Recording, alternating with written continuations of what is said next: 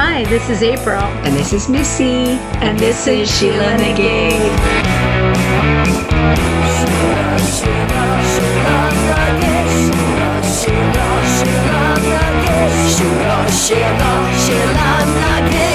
Hey everybody, welcome. Thanks for listening as always. We're always happy to have you. And each week, of course, we explore our own SheelaNaGig, a woman whose strength and perseverance has led her to greatness, who empowers us, who we think is awesome, who we want to share with you. And I always say this, sometimes it's somebody you've heard of, sometimes it's somebody you've never heard of. We want to give them a little light. Yeah, give them some light. Give them some light. So that's what, we're all about, giving these ladies the light they deserve. And if you know of a Sheela, please tell us.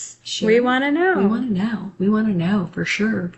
But yeah, we're glad you're here, and I'm excited, April. I know you're sharing a Sheela today. But how are you? What's going on? I'm good. Not a lot's going on. We had a nice holiday weekend. What were you up to? It was a nice holiday weekend, wasn't it? Yeah. What'd you do? Friday we saw Little Women. Right? The immersive experience of Little Women. Oh my gosh, I forgot about that. We saw wonderful ballet. It was great. It was lovely. Yeah.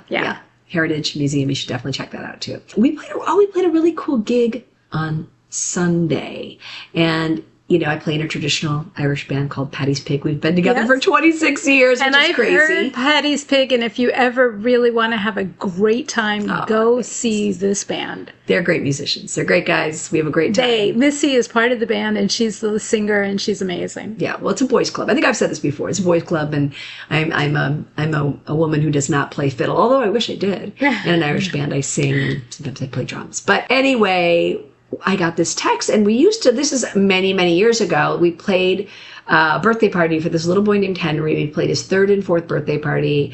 This family invited us to play. Beautiful house, beautiful parties. We had a great time, and that was a long time ago. And then I get a text like a month ago saying, hey, guess what? Henry's 18 now. And he's graduating from high school, and he's insisting on having Paddy's Pig play his graduation party if you're available. Isn't that cool? I love that. Yeah, I was so honored. And I was like, of course, we'd love to play How fun. Henry's graduation party. So we went, and it was great to see little Henry. He's all grown up now. And where's Henry going? Oh, he's going off to Trinity College in Ireland, which is amazing. Yeah. So that's kind of exciting. And it was just nice to see the family again and play some Irish music. And, my husband plays mandolin in the band, but he recently had carpal tunnel surgery. So he has not been able to play mandolin. So I told him you still have to sing. So he planned on singing, but then he realized he could play accordion. So it's cool. We had a friend who played, our friend Dave Burns sat in on banjo and mandolin, and then Mike played accordion, and we had a friend play guitar, and it was great. Our new drummer Jack sat in with us, and fabulous. And Whitney. It was great. Great. So it was super fun. And then yesterday was Ellery's volleyball tournament. She had one on Sunday too. I felt bad we couldn't go because we had a gig, but Mom and Dad got to work sometimes. But we spent the day at the volleyball tournament yesterday. It was very exciting. And what did you do, April? I went to the beach on Monday with my hubby. You guys, you and your hubby did all these fun What I things really together. want to talk about was Sunday, or maybe it was Saturday. It's all a blur. No, I think it was Sunday. My son, Sam, and my husband, Stephen, went off and went to the golf course to putt a little. Yeah. And then they went to the movies. And I was completely alone at home. Ooh. And you know what I did? I did absolutely nothing. And I loved the moment of absolutely nothing. I didn't talk to anybody. I didn't do anything. I just kind of drooled out the side of my mouth. I call it introvert's delight. I had an introverted delight experience. Did you work in your dollhouse? I didn't. I had no energy even for my dollhouse. Did you read? I read. I did read. I always read. And I wrote a little too. Okay. Yeah. That's good. It was and then you had a little drool coming out your mouth. A little drool just seeping down, and nobody there to tell me you're drooling, April.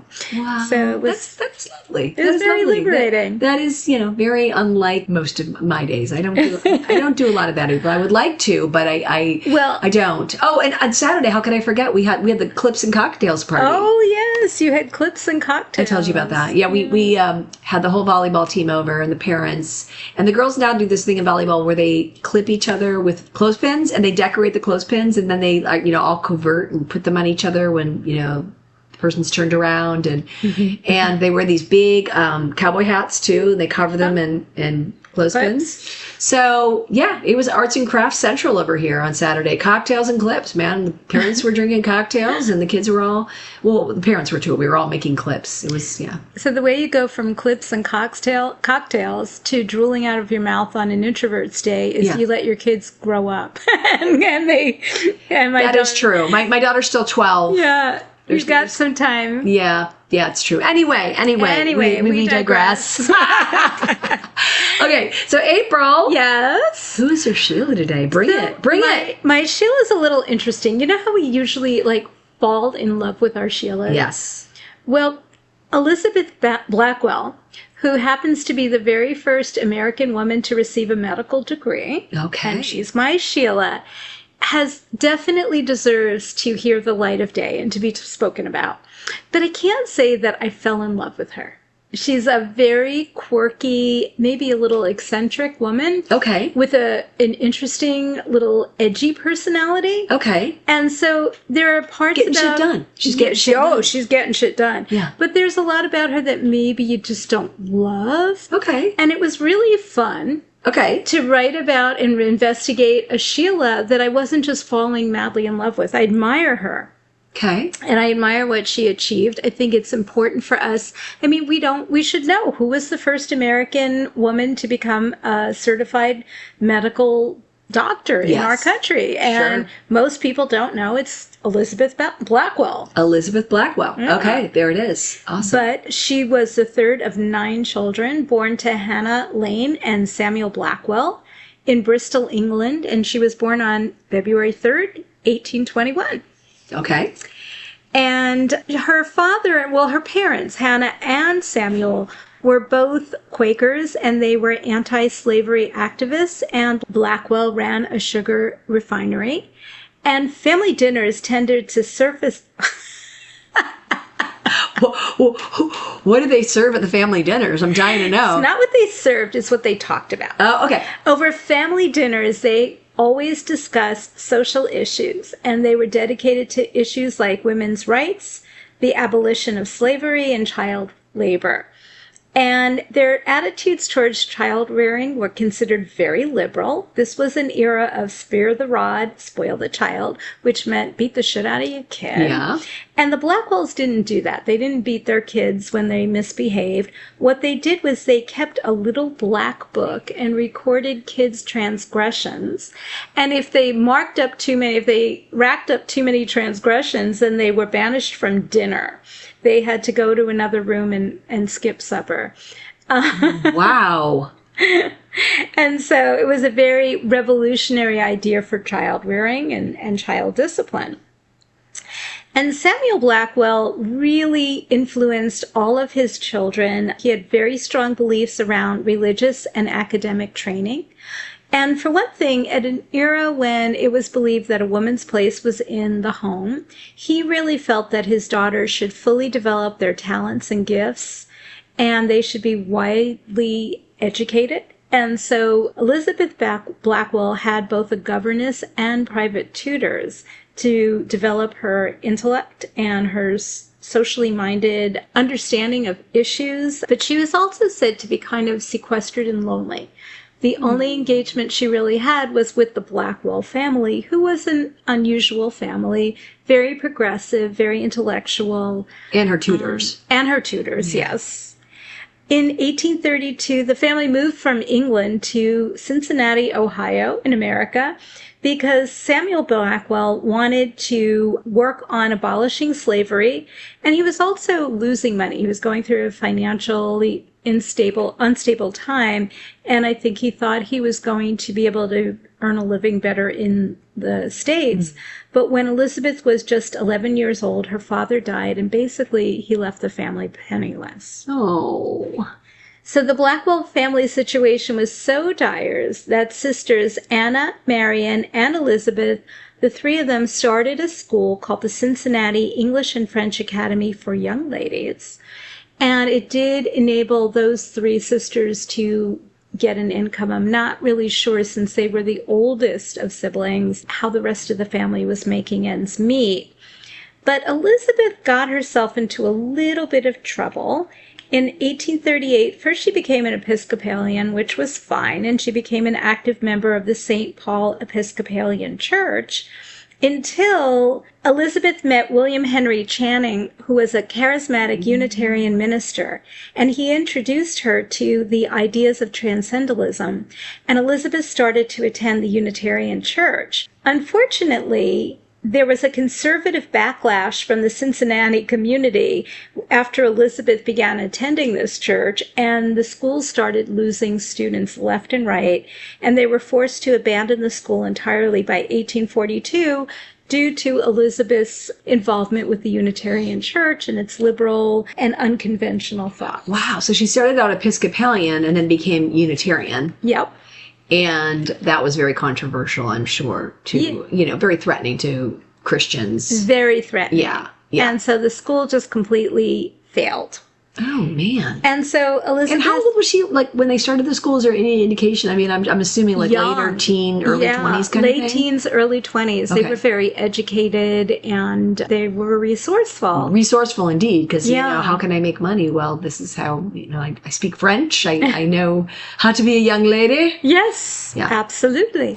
So Elizabeth did private tutoring for a while to earn a living and to keep herself going. And her favorite studies on her own were history and metaphysics. And she thought of the physical body structure and its various ailments as disgusting. Like, she was literally said to say that her ailments filled her with disgust. And she hated everything connected with the body and couldn't bear the sight of a medical book and the descriptions or illustrations of the body. Wow, this is very surprising, as we know what's going to happen. Yes. But while she was pursuing her interests in education, in history and metaphysics, and she was tutoring other students, she had a friend who became very ill, terminally ill, and she told Elizabeth as she was dying that she believed she would have received better care had she had a female doctor. That she felt the lack of empathy, the lack of connection, the lack of relationship to the doctor, which would have happened better with a woman, actually shortened her life and lessened her care. That's so sad. And it's interesting because that's obviously a notion this woman made up, because there wasn't any female doctors at that time, I'm assuming. Well, yes. Yes. I mean, most male physicians and a few female physicians were basically trained as apprentices to experienced doctors, because at the time there were very few medical colleges. So it was hard to get a medical degree. Mm-hmm.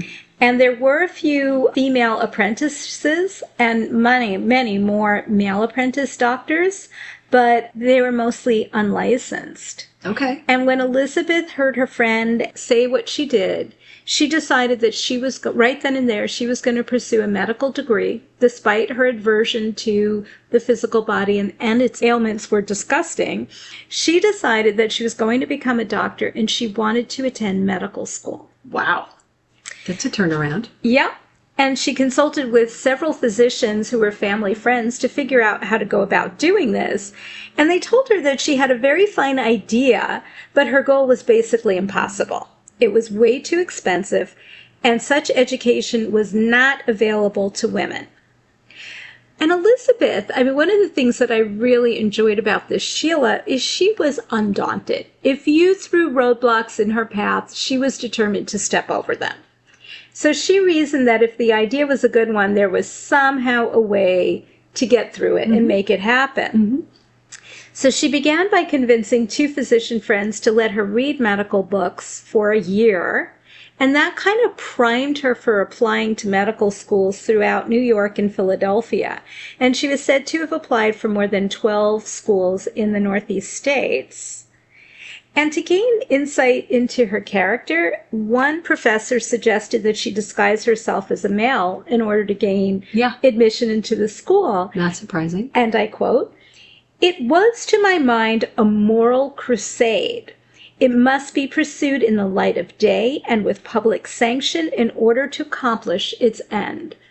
So in other words, she was not going to compromise. She wasn't going to cheat. She wasn't going to... Just like a man. Pull the wool over anybody's eyes. She wanted to attend medical school as a woman. And she did. She ended up attending the Geneva Medical College in Western New York. And the way that she got into the school was the school decided to let the all-male student body vote on her admission. And the male students, all thought it was a joke.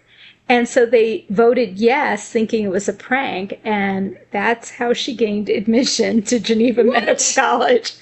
Gosh. They didn't think this was serious, and they thought that it was really funny until she showed up.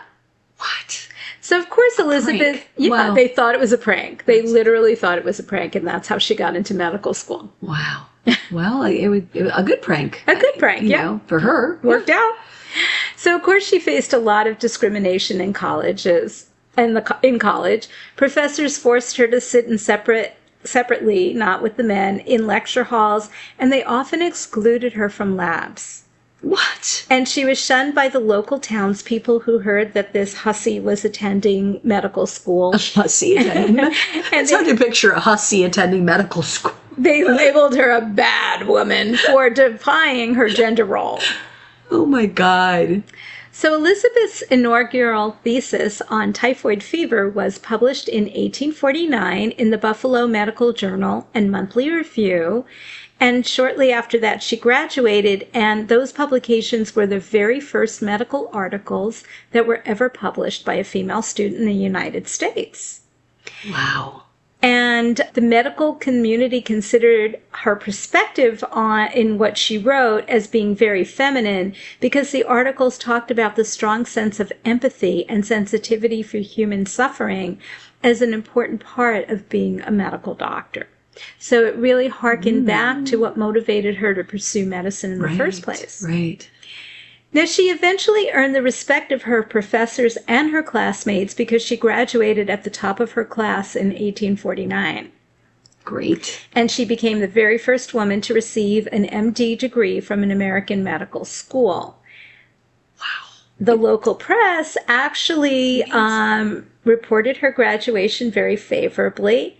And when the dean, Charles Lee, conferred her degree, it was reported that he stood up and bowed to her. Oh, so nice. She really started out with a lot of discrimination, a lot of hardship, a lot of rejection, and a lot of ridicule and criticism. But over her time in medical school, she really garnered a lot of respect. She rose above it. Yeah, she rose above it and earned their respect, and good for her. Wow. So after graduation in 1849, she decided to continue her studies in Europe. But again, many of the hospitals there rejected her because she was a woman. Yeah. So in June, she enrolled in a maternity hospital under the condition that she would be treated as a midwife student and not as a physician. But at the time, she met Dr. Blaut, a young resident physician who mentored and trained her in particularly OBGYN practices. And by the end of that 1 year, Paul Dubois, who was the foremost obstetrician of the day, expressed his opinion that Dr. Elizabeth Blackwell would make the best obstetrician in the United States, male or female. Oh, wow. What a brave man, too, for that time. Yeah, that he stuck up for her, but also Dr. Blatt, who trained her and was her mentor. Total support bro. I guess he offered her a great education, and she took it. Even though she couldn't claim herself a doctor during that time of education, I guess she recognized the opportunity that was there for her medically to learn. Wow. And so she accepted that lesser agreement. Very sadly, on November 4th, 1849, she was treating an infant at a hospital with an eye condition, and she accidentally squirted a contaminated fluid from that disease into her own eye, and she developed the very same infection. Oof. And she ended up losing sight in the left eye, which required surgical intervention. And her dream had been up until that point to become a surgeon. And she had to give it up when she lost vision in her eye. That sucks. So after her recovery, she tried enrolling in more training at St. Bartholomew's Hospital in London in 1850. And while she did make a positive impression with her instructors, she faced continued opposition trying to observe patients on hospital wards. People just didn't want to see a female doctor. Ugh, it's just so weird. It was weird. It's bizarre. Weird, yeah. So anyway, she decided in 1851 that she might have a better chance going back to America. Mm-hmm. And she moved to New York, hoping to establish her own practice in obstetrics and gynecology. And in 1853, with the help of friends, she did open up her own practice. It was in a single rented room. She saw patients 3 afternoons a week, and the dispensary, as it was called at that time, was incorporated in 1854, and she was able to move into a small house that she personally bought on 15th Street, and she purchased the home by running her own clinic or which again was not dispensary. Really common during that day that a woman would have bought a home on her own. No, it wasn't common to own her own home. It wasn't common to run her own medical practice at all. Good for her. Yeah. So she did face a lot of sexism back in the U.S., but she also received support from some media publications, which included the New York Tribune. As her first practice was sort of floundering in the beginning, some historians attributed this to false accusation that female doctors, which were just beginning to percolate at that time, were basically practicing abortion care. And Elizabeth's practice definitely did not. Elizabeth wasn't necessarily she was a religious woman, going back to her father's religious roots. Mm-hmm. She didn't believe in abortion. She wasn't doing that, but she fell under that negative press. Mm-hmm. But she was really determined to get more women to become doctors and to empower that path and create a path, since very few paths to medicine existed at the time. Yeah. And so in this practice that she began, and when she purchased that home, she began to mentor a woman named Maria Zakaruska. She was a Polish woman who wanted to pursue medical education. And in 1857, Zakaruska and Elizabeth and her sister Emily, who also obtained a medical degree, expanded that original dispensary that Elizabeth opened, and they named it the New York Infirmary for Indigent Women and Children. And this infirmary achieved several goals all at the same time. For one thing, they served exclusively the poor and the neglected, people who couldn't get medical care. That's so good. Elizabeth also used it as a way of empowering more women. All of the Board of Trustees and the Executive Committee were all women, and it was a place for female doctors to gain education. And they served both inpatients and outpatients in their clinic, so that the women's doctors and nurses had opportunities to train at medicine at all levels. Wow. And Elizabeth also began to deliver lectures at that time to female audiences on the importance of educating women and allowing women to really pursue their passions and their intellectual interests. Yeah. She also published several important books on the issue of women in medicine, and that included Medicine as a Profession for Women in 1860 and Address on the Medical Education of Women in 1864. It's important to note that during the Civil War, she and her sister trained nurses for the Union hospitals. And this was a point at which they were able to go back to their family's abolitionist roots. Mm-hmm. Because for most of Elizabeth's life, she was either trying to survive economically as a tutor and teacher, and then later trying to make her way as a doctor. But when the Civil War broke out, they really became committed to helping train nurses in the Union Hospital. And Elizabeth said that she would have left America completely and not helped the war effort had the North not compromised on their position regarding anti-slavery, which of course they did not. And so she was very proud to get behind that effort. Yeah.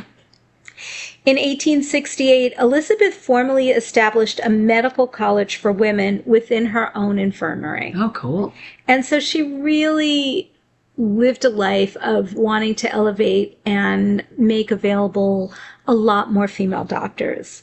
It incorporated under her innovative idea about medical education being a 4-year formal training period with much more extensive clinical training than people were getting as apprentices, and not getting any structure training, but just sort of learning from doctors in very informal settings. Yeah. And the school began to enroll more and more educated women who were aspiring to become doctors. That's amazing. But at this point, there was a rift between Elizabeth and her sister Emily.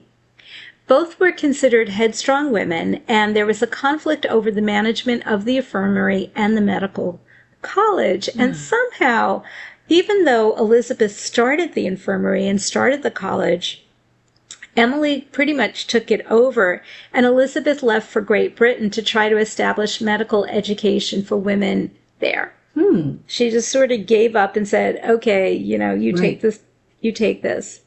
So in 1874, she did establish a women's medical school in London with a woman named Sophia Jex Blake, who had been a student of Elizabeth's in the New York Infirmary many years earlier. And so Jex Blake was a credentialed doctor, MD. Okay. But Blackwell had her doubts about Jex Blake. She thought that she was belligerent and tactless and maybe a little bit dangerous. Nonetheless, the two of them became deeply... Let's start a business together. Why not? Exactly. That was the next thing coming out of my mouth. Nevertheless, she became deeply involved with this school, and the two women opened it in 1874 as the London School of Medicine for Women. And its primary goal was preparing women for medical licensing exam. But, not too surprisingly, after the school was established, Elizabeth lost a lot of her authority to Jex Blake, and so she took a position as a lecturer in midwifery, and she resigned this position just a few years later in 1877. At that point, she pretty much retired from her medical career. Okay. She just sort of gave it all up. Okay. Her view of medicine was as a mean for social and moral reform, while many of her students, including Mary Putnam Jacobi, really wanted to emphasize curing disease, and the tension between those two distinctions continued to grow. Elizabeth really felt that women would succeed in medicine because of their humane female values, but Jacobi and a lot of her other students believed that women should participate as equals to men in all the medical specialties, not differentiate themselves. Okay. And so Elizabeth spent the... Why can't you do both? Well, I think she tried and didn't succeed. Gotcha. She kind of got edged out. Right. And I guess this is kind of part of the point that I was making at the beginning of the podcast, was that Elizabeth was a very strong personality, and she was not deferential. She didn't get along with a lot of people and had very, very black and white. So you think it was more her issue why her two endeavors didn't work out? Possibly. She wasn't a compromise. Yeah, she wasn't between the lines, she couldn't compromise. She didn't want to let go of her positions and her point of view. And eventually she got nosed out of a lot of the medical community that she created because of that. Okay. So in her retirement, she became very active in social reform and many, many movements, mainly involving moral reform, sexual purity, hygiene, and medical education. But she was also interested in preventative medicine, sanitations, the controversial eugenics, and family planning. She didn't believe in she didn't have a great liberal view of family planning, but she did strongly believe in women's rights, Christian socialism, medical ethics, and anti-vivisection, which is the opposition to performing surgical operations on living animals. Oh, I like that. Yeah. Okay. So she had her very, very strong moral ground. She switched back and forth between her many reform efforts, and she really tried to maintain a position of power in each of them. She was striving for this evangelical moral perfection, And she had the time and the money to dedicate to her causes. She even contributed heavily to the founding of 2 utopian communities at that time in 1880, trying to achieve what she felt was the right and moral life of human beings. And part of that was campaigning against promiscuity, prostitution, and contraceptives. She argued in favor of the infamous and not very effective rhythm method of birth control. And for those of you who aren't familiar with the rhythm method, since it's sort of a dated term, have you ever used the rhythm? Never. Well, because when I was a kid in the 60s or maybe 70s, when I was a teenager, my mother explained to me that the rhythm method doesn't work. Right. You know, it is basically where the man withdraws before ejaculation so he doesn't get the women pregnant. Right. Well, and you better be a pretty accurate rhythmist. Quick draw. If you're going to be successful. Yes. But she didn't. And so as much as she believed in women's rights and women's, not so much equality, but women's advancement in pursuit of their own interest, she was anti-contraceptives, and she had very, very strict and narrow views of sexuality. It's interesting. I mean, yeah, that you could be all of that. She was an enigma. She was really an enigma, for sure. That you were so, she was so caught up in women's rights, yet you have to use contraceptives, or you shouldn't use. I'm sorry, that you shouldn't use contraceptives. Like, that's just bizarre. Yeah, and she campaigned, interestingly enough, against the Contagious Disease Act, which was a series of three laws in Great Britain to control the spread of VD in the military, because she felt controlling VD in the military was pretty much arguing a pseudo-legislation of prostitution. Oh my God. So, so she had, that's why I'm saying,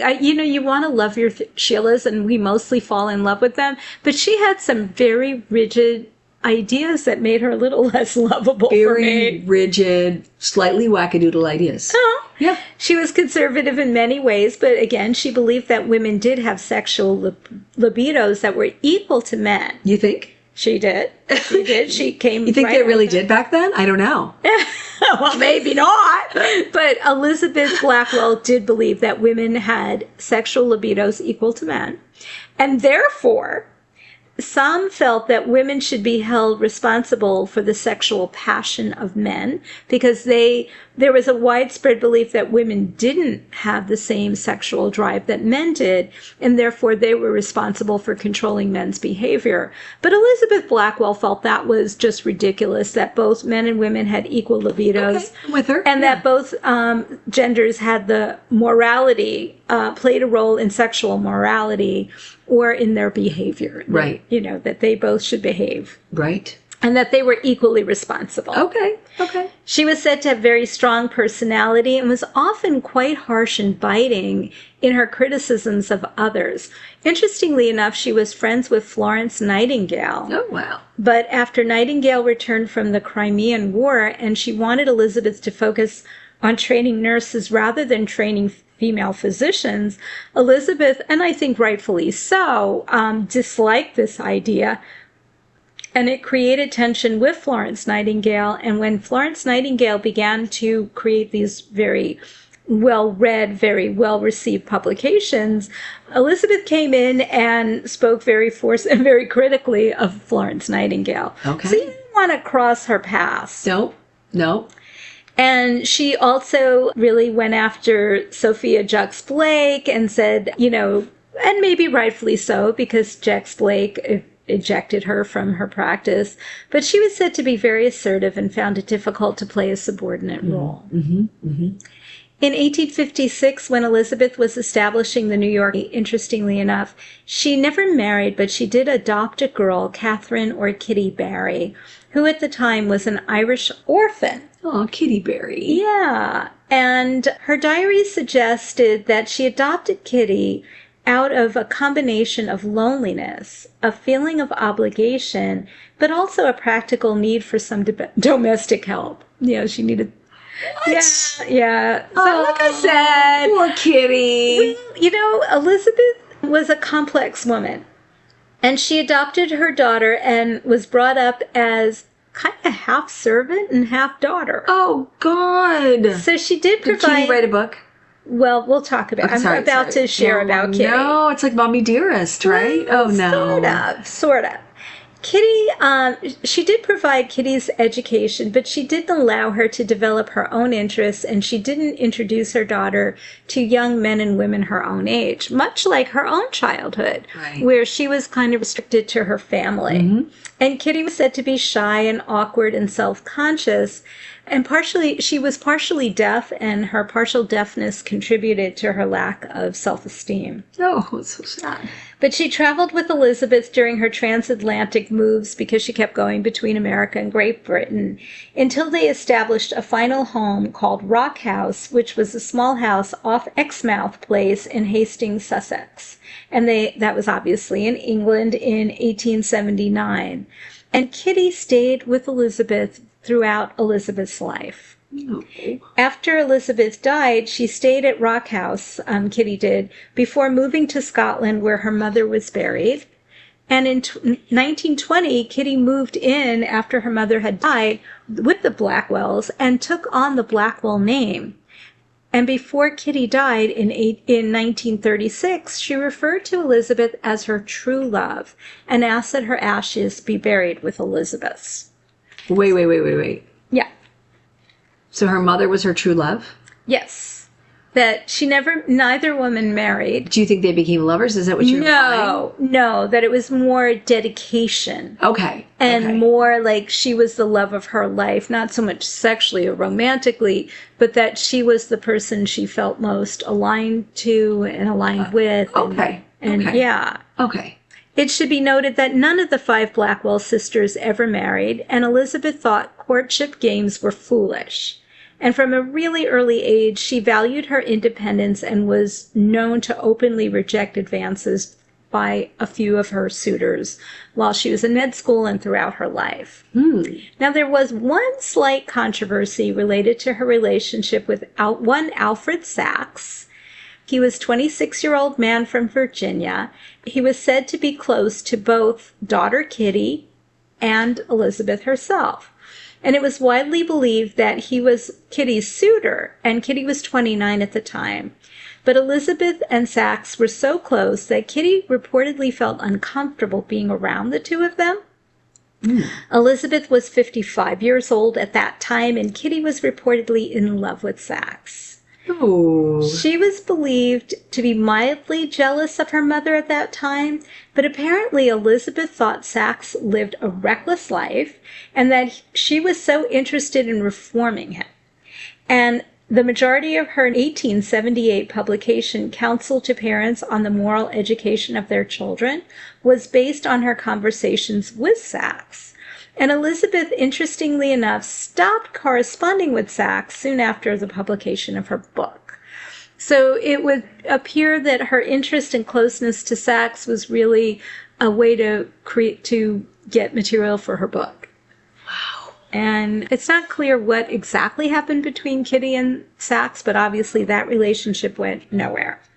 That sounds a little convoluted. Yeah. I said, Elizabeth Blackwell should be recognized and known as the first female to get a medical degree in the United States. Which is very impressive. She did a lot. Very impressive. Very impressive. And she did a lot to advance women within the medical field and was responsible for many more women getting their medical degree. Mm-hmm. But she was not this really sweet, lovable Sheela. Right. In her later life, she can be both things. She could be both things. Many of our Sheelas can be both, both controversial and there's a lot that makes up a person. It is complicated. It's true. It's true. Absolutely. Yeah. So later in her life, she, when she was still relatively active in 1895, she published her autobiography, Pioneer Work in Opening the Medical Profession to Women. Sadly, the book didn't do very well. It sold less than 500 copies. And after that publication, Elizabeth began to retreat from public life, and she spent more time traveling, visiting the United States in 1906, where she took her first and last car ride. Oh. Yeah.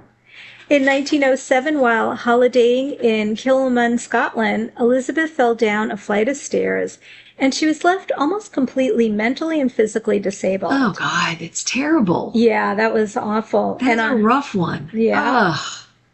On May 31st of 1910, at the age of 89, she died at her home in Hastings, Sussex, after suffering a stroke that paralyzed half of her body. Her ashes were buried in the graveyard, as we mentioned, at St. Mun's Parish Church in Kilmainham, and obituaries honoring her appeared in publications such as The Lancet and the British Medical Journal. So she was remembered in the media and liked mostly in the media. That's good. For her accomplishments. That's good. Her legacy, as we just said, was that she was first and foremost the first woman in the U.S. to receive a medical degree, and she opened the doors for medical careers for women. Certainly. Paving the way for countless others to pursue medical career. Beyond her professional accomplishments, she advocated for women's rights, public health, and gender equality in the medical field. Except for don't use contraceptives. Don't use contraceptives, and let's not cure venereal disease, because that's a way to promote not prostitution. Prostitution. There we go. God. Okay. She authored numerous books and pamphlets, including an appeal on behalf of the medical education of women and medicine as a profession for women, which further solidified her legacy as a pioneer in her field. And that is my Sheela for today. Elizabeth Blackwell. Wow.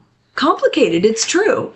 Yeah. You know, it's so funny. When I started this out, I was so excited and gung-ho, and I thought I was just going to love this Sheela. Yeah. As I love most of my Sheelas. Yeah. And as we're going on, I was like, well, she's a little saucy. She's a little saucy. Yeah. Little cray-cray. Slightly cray-cray at times. But, you know, pioneers often have to go off-road, you know? Yeah. And they can't afford to just be these pleasing people. Right. They have to have guts. They have to have determination. And true to themselves. Yeah. And the other side of that, I suppose, is that they just don't always play nice in the sandbox. Yeah. They don't play nice in the sandbox. It's true. But, I mean, a very accomplished woman, nonetheless. Yes. Mm-hmm. Yes, and, as they say, yes, and. I think the other thing that I admire about her was the strength of her convictions. She had some views that were very unpopular and very unfavorable. Mm-hmm. Obviously, nobody really wanted to read her autobiography. That's kind of sad. Less than 500 copies. Less than 500 copies. But she was true to her beliefs. She was true. And she made a difference. She definitely made a difference. The fact that she was a pioneer and she paved the road for other women to become doctors is pretty beyond words. I mean, that is just quite an accomplishment. It really was. Yeah. And considering this was a woman who started out being disgusted by the human body and not really interested in medicine. Just simply by somebody. But that's the other thing. Like she didn't like the fact that, others were not empathetic, like, male doctors were. Right. But she didn't, just from what you said, she didn't cross my mind as being the most, like, warm and fuzzy kind of empathetic kind of gal. I think so. And yet she also, I just sort of mentioned this, but I think it's important to restate that a lot of her medical practices were geared towards the poor and the underserved. And so she really... Which is very admirable. Yeah. She had definite mission, and she definitely was true to her Quaker religious upbringing as a child. Yeah. And she held firm to her morals and beliefs. And whether we agreed with all of them or not, she was true to them. She was true to them. Yeah. Yeah, it is true. It is true. Fascinating. Elizabeth Blackwell. I'm gonna have to do some research. I'm gonna have to look into it. Yeah. You always wonder with these women who never find a significant other. Mm-hmm. That must be very tough, Well, also in that era, I think she felt like men would maybe she was... A man would slow her down, but there's always women. That's true.